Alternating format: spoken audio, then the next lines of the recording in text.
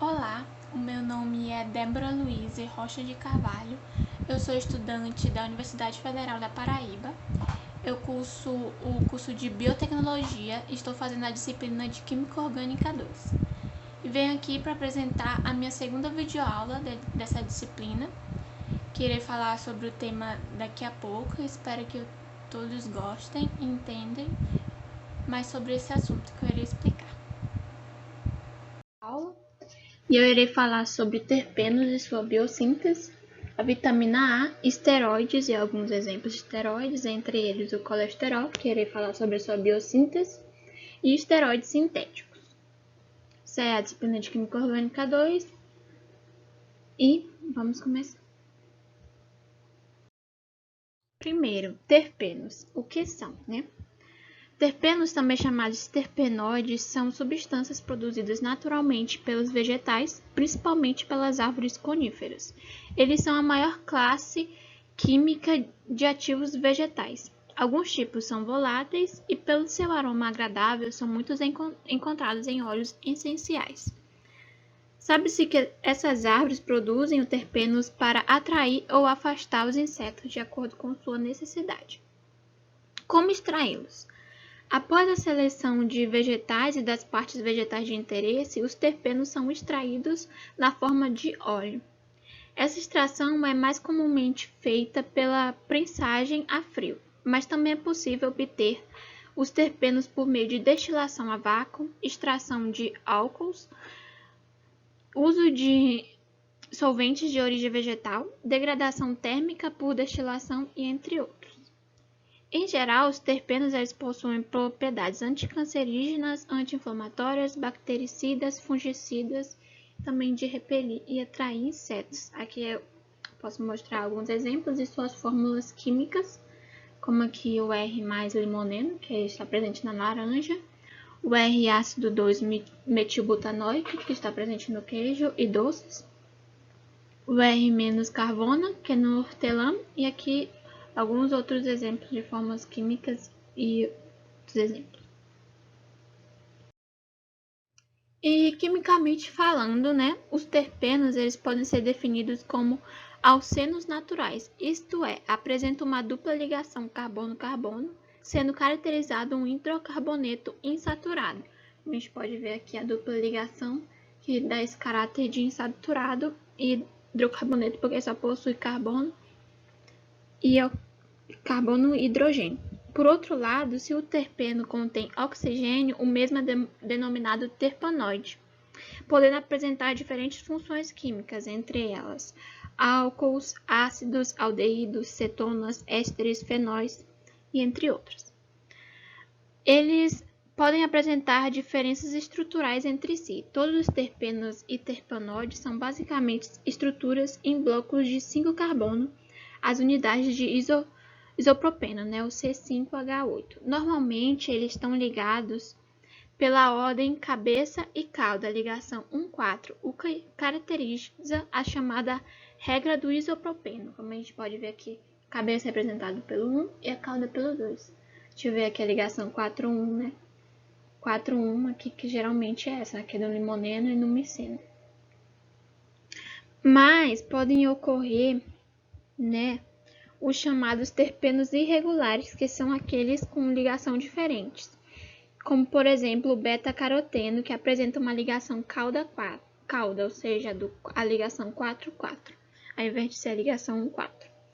E essa ligação 4,4 está presente aqui no beta-caroteno, como a gente pode ver, ó, a ligação 4,4, essa branca.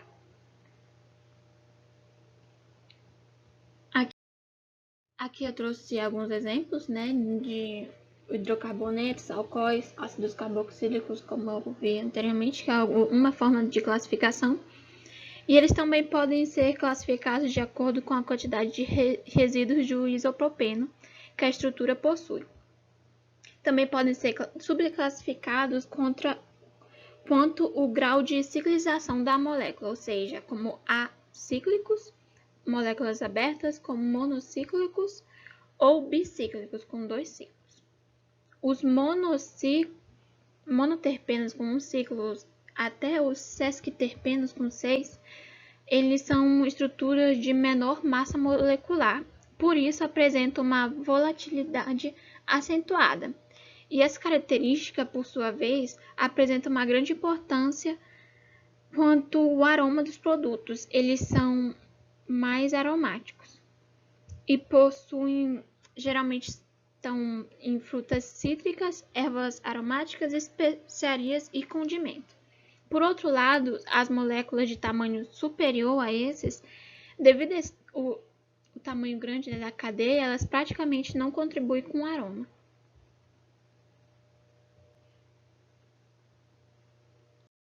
E aqui a importância, dos terpenos, dentre as suas funções na natureza, que eles são considerados pigmentos acessórios na fotossíntese em plantas, apresentando absorção máxima na faixa ultravioleta e do azul. A segunda é que em tecidos vegetais, alguns desses são precursores da vitamina A, por isso eu irei falar um pouco sobre a vitamina A e sua importância. E eles são determinados carotenoides, apresentando expressiva atividade antioxidante. Eu trouxe essa figura aqui, que é a mesma lá que eu trouxe anteriormente, mas eu trouxe ela para falar sobre o impacto do isomerismo óptico na percepção de diferentes compostos aromáticos, de aroma no caso. Como a gente pode ver aqui, eles são isômeros, né? Aqui a ligação para trás e aqui a ligação para frente. A gente pode ver nesse também esses exemplos, só a diferença óptica entre eles, que para salientar, que é evidente a relação entre a forma estrutural das moléculas e suas propriedades biológicas, exemplificando assim a importância do conhecimento das propriedades enantiométricas de diferentes compostos, essas propriedades que a gente estuda em Química Orgânica 1. Agora falando sobre a biossíntese de terpenos, que são processos biotecnológicos são realizados processos biotecnológicos para que ocorra essa biossíntese. E elas podem ocorrer de dois modos distintos. A primeira, a síntese de novo, e a segunda, a biotransformação. A síntese de novo vem do termo originário do latim, que significa síntese do zero, do início. Essa rota para obtenção apresenta um produto final constituído comumente de vários compostos de aroma, obtidos por vias metabólicas complexas, a partir de meios de cultura simples e sem adição especial de substratos ao meio. Entretanto, a produção biotecnológica de aromas por esse método costuma ser prejudicada em função da reduzida concentração de produto que é obtida no final do processo, bem como as dificuldades enfrentadas no processo de purificação, que é considerado muito complexo, já devido à complexidade da amostra. Por outro lado, os processos de biotransformações são caracterizados pela adição de precursores ou intermediários aos substratos de cultivo, para a biossíntese de um determinado composto de aroma, ou seja, é adicionado coisas diferentes da síntese de novo. A gente pode ver aqui os métodos para obtenção de aroma, que é pelo aroma sintético, a síntese química, o aroma natural, pela obtenção direta da natureza na extração de plantas, pela via biotecnológica, a síntese de novo, a biotransformação, que geralmente usa células vegetais, enzimas e micro-organismos, como fungos e bactérias. E a rota biosintética ele se inicia por condensação de moléculas da acetilcoenzima A. Acetilcoenzima A, que a gente vai ver mais à frente, mais especificamente quando for estudar a biossíntese de colesterol. Alguns exemplos de biotransformação, da produção de vanila por biotransformação, aqui adicionando micro-organismos. E a segunda exemplo da síntese química da vanila por biotransformação também, começando pelo fenol, aí sendo adicionada ácidos, até formar o produto. E a obtenção desses fatores, elas são afetadas por fatores reacionais, como a composição e característica do meio de cultivo, a concentração do substrato e parâmetros do processo, como temperatura, agitação. E por isso é difícil fazer esses processos até hoje possui muitos desafios pelo grau de complexidade e também por esses fatores que eu falei.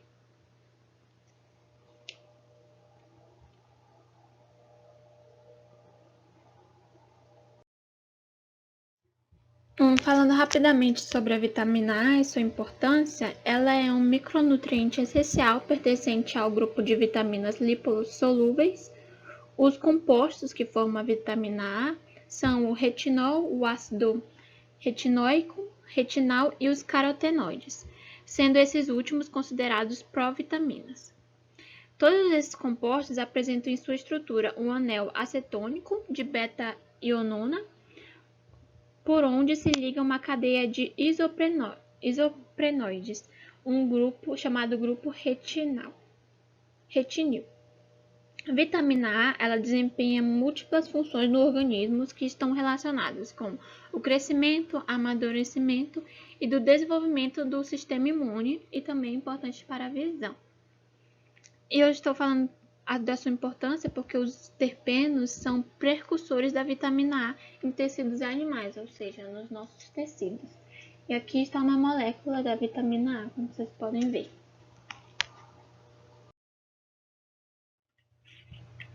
Os esteroides. E o que são os esteroides? O colesterol e sobre a sua biossíntese. O colesterol, a sua forma... Bom, ela é sintetizada a partir da acetilcolina e se dá em 4 estágios que eu irei falar. Aqui está um esquema, né, com todos os nomes certinhos, eu irei falar resumidamente. A primeira fase do estágio é a síntese do mevalonato a partir de 3-acetilcolina. Nessa fase aqui, ó, do mevalonato, a partir de 3-acetilcolina. Nessa fase está concentrada a regulação do processo pelos hormônios da insulina, que é uma ativadora, e do glucagon, que é um inibidor. O segundo estágio é a formação do isopropeno ativado, que ele é fosforilado, e ocorre a saída de um CO2. O isopropeno ele tem, portanto, 5 carbonos e nesse processo é gasto um total de 3 ATPs. Esse é um intermediário chave, pois ele é precursor de vários outros lipídios naturais, esse aqui. Terceiro estágio é a condensação de 6 unidades, formando o escaleno, 30 carbonos, que ele contém 30 carbonos. Já possui a constituição do colesterol, porém ainda é uma estrutura linear. Também este intermediário pode ser desviado, pois ele é precursor de outros esteroides. Ele pode ser desviado, portanto, para produzir outros esteroides, inclusive tendo a perda de carbono. O escaleno, que está bem, que é a formação dele. E o quarto estágio é a formação do núcleo esteroide, de anéis esteroides específicos para a formação do colesterol, que 4 anéis são formados, né? E são fundidos para formar a colesterol, como a gente viu no slide anterior, que tem aquela fórmula de 4 anéis fundidos. Aqui no final, né, a gente forma o colesterol como a gente conhece. Depois é adicionado também todos esses, é feito aquecimento, adicionado água para ocorrer. E como a gente pode ver, como eu falei lá no início, terpenos, o começo desse processo, ele também pode originar várias outras coisas além do colesterol.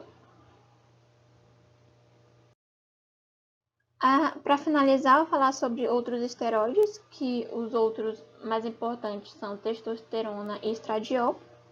Primeiro, que é a testosterona, que é muito importante para o organismo masculino, ele possui função mista de álcool e cetona, como a gente pode ver aqui a cetona e o álcool, né, na fórmula molecular da testosterona. Ele é importante para o organismo masculino, pois promove e mantém a produção de espermatozoides e características masculinas, tais como barba, músculo e voz grossa. Sua produção se dá pelas glândulas esteroidais, como córtex da adrenal, testículos e ovários também, que as mulheres produzem um pouco de testosterona. E o outro é o estradiol, que é o principal hormônio sexual feminino, produzido pelo ovário. E ele se dá na base de estrógenos, que são outros hormônios sexuais femininos, e possui como função a regulação dos ciclos menstruais, a ovulação, a síntese de proteínas do útero, glândulas mamárias e da vagina, bem como o estimular a estrutura óssea e muscular, que dão característica ao corpo feminino. E aqui a gente mostra a forma do estradiol, que tem 2 álcools, né? E esses dois eles podem dar também origem a esteroides anabolizantes, que são esteroides sintéticos. Esses esteroides anabolizantes são drogas fabricadas para substituir esses hormônios, masculino ou feminino. Eles ajudam no crescimento dos músculos e no desenvolvimento das características, sendo as masculinas ou as femininas. São usados como medicamento para tratamento de pacientes que não produzem a quantidade desses hormônios suficientes. E por aumentar a força e massa muscular do indivíduo, muitas vezes são utilizados por atletas e pessoas que têm o objetivo de receber resultados rápidos para o ganho de massa muscular, o que pode causar muitos problemas, né, com o uso errado desses anabolizantes. Aqui algumas referências que eu usei para fazer essa videoaula. Muito obrigada por todo mundo que assistiu. Espero que tenham gostado, entendido.